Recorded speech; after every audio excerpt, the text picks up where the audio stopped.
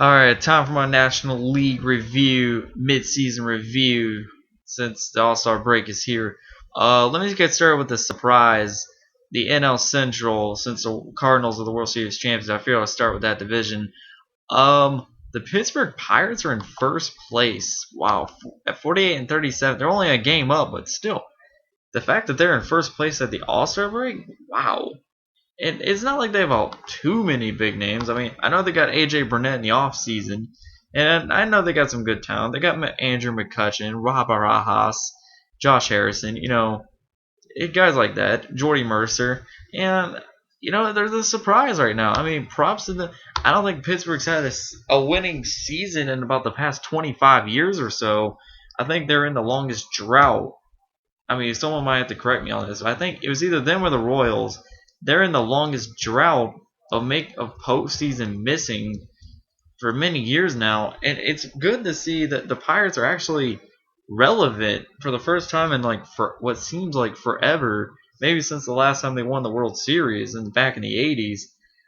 I mean, wow, props to them. And right behind them is the Cincinnati Reds, only one game back. Now, the Reds, I always feel like they're always in the running. Like, no matter how mediocre they may be, they're always in the running, and I have no idea why. I mean, they've always had maybe it's good individual talent, maybe they work together as a team. I'm not sure what it is, but the Reds are always there. I can't really name too many people off that.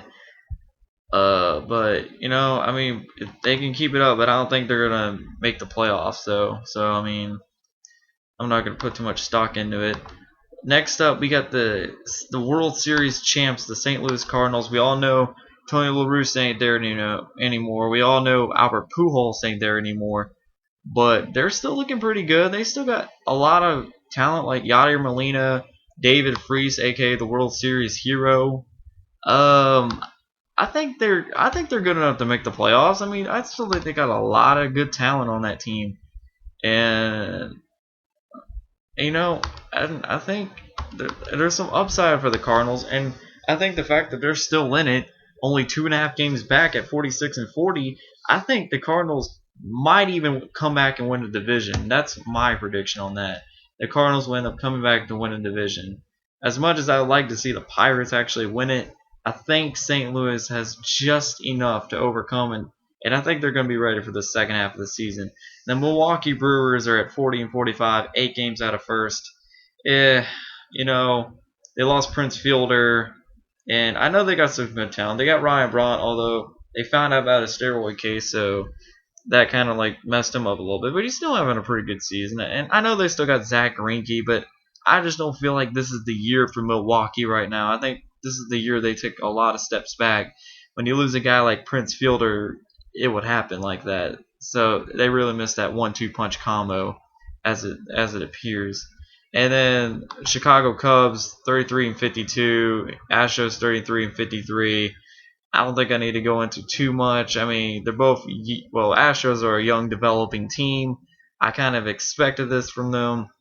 The Cubs, I will admit, the Cubs are actually 7 and 3 in their last 10 games, but it's a lot of people are going to say, well, it's the Cubs. And I'm like, sadly, I have to agree with you. I don't want to be an asshole about it, but I'm going to have to agree with it. You know what I'm saying? All right, so now let's go to the NL West. We got the Dodgers, now owned by Magic Johnson. They're at 47 and 40, only half a game ahead of the Giants in first place. The Dodgers did lose Matt Kemp. I think it was like the middle of May, I believe. They've lost him for quite a bit. So they fell down a little bit. But I think despite the fact that they lost, I still think the Dodgers are still going to struggle anyway. I mean, they got some good talent. Don't get me wrong.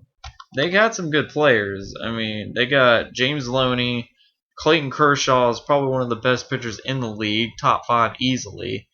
But I feel like there's a lot of inconsistency on the team, especially from guys like Adam Kennedy, who was once for the Angels, who once won a World Series with them, I believe. From Juan Uribe, from Tony Gwynn, who's aging up in there, from Juan Rivera, etc., and Bobby Abreu, and guys like that. And Chad Billingsley being an inconsistent starter for the Dodgers. I just don't know. Like, how far they can go. I mean, they got a lot of talent, and the NL West isn't the best division, but I mean, they've still got some teams that can overtake them. So I don't know. Like, I'm not completely sold on the Los Angeles Dodgers, and but it's good to see that they finally got a good owner in Magic Johnson. I think he's going to take them places. But second place, we got the San Francisco Giants. Won the World Series not that long ago. I think they're gonna finally hit their stride, and they're gonna take this division, in my opinion, with guys like Buster Posey, who's actually playing this season, and guys like Madison Bumgarner. You got Pablo Sandoval, Ryan Terriot, Melky Cabrera, and of course you got their best pitcher Tim Lincecum. I mean, you cannot go wrong with the San Francisco Giants. I mean, they got the pitching staff, they got a good hitting contra. I think the Giants will end up taking this division. I really do.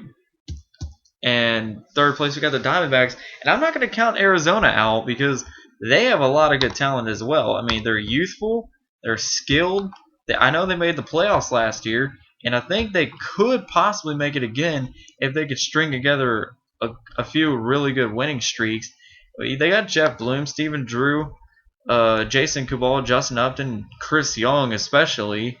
And they got a pretty decent pitching staff, so I mean, why not the Diamondbacks? I mean, only 4.5 games out.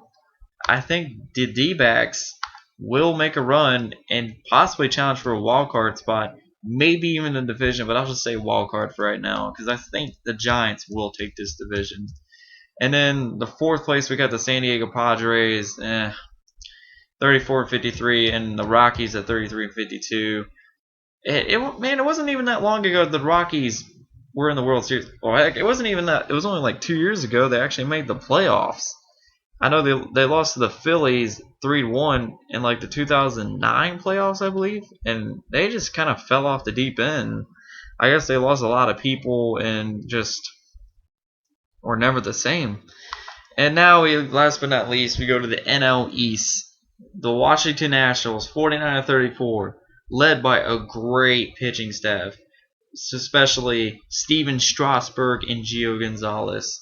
I think the Nationals have the lowest ERA in the major leagues, and it's not hard to tell why. Gonzalez and Strasburg are strikeout machines. They got the hitting, and I think this is what Washington fans were really hoping to see, a winning franchise in their state. So props to the Nationals. I think they're going to win this division. I can't see why not. And in second place, we got the Braves, 46-39. They're at 4 games back. And I like the Braves. You know, they've always had decent squads that can at least make the playoffs. I know they blew it last year, and I don't think they're going to blow it again. But you got to watch out for them because, I mean, they got a lot of talent. But I know they blew it last year. I think they won't this year, but you never know. I mean, I didn't think they were going to blow it last year, and they should hit the pan. So, but if they can get the guys like Dan Uggla, Jason Hayward, and everybody else gets on point, then I can't see the Braves be beaten enough that they'll lose a wild card spot. Because right now, I think they have the second spot, with the Reds having the first one. And I like this team. And third place, a surprise to me, at 4.5 back is the New York Mets. I mean, I know they finally threw a no-hitter for the first time this year by Johan Santana. Almost threw 2. I think the guy who pitched the night after, he almost threw a no-hitter himself. I forgot his name. Gil Meche? You might have to criticize me on that.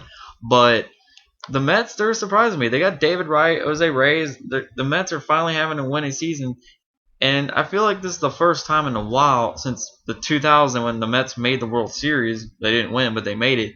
That Mets fans are actually happy that they have something to root for a change, and it's good to see that. So, I mean, props to the Mets. They're stringing together a good season so far, and I know Mets fans are ecstatic so far with the fact that they have hope that they can make the playoffs this year and break their slump. And fourth place, we got the Marlins, 41-44. First year in Miami as the Miami Marlins. The new logo, same old Marlins we've been witnessing since they won the World Series in 03. which is mediocre to not very good. And last but not least, and this surprised me, the Philadelphia Phillies at 37-50. At one point, this was one of the best teams in the National League. They had all, and I think they still got a lot of great talent, but they went from making back-to-back appearances in the World Series, ending up winning one of those for the first time in franchise history, to just falling off the face of the earth faster than,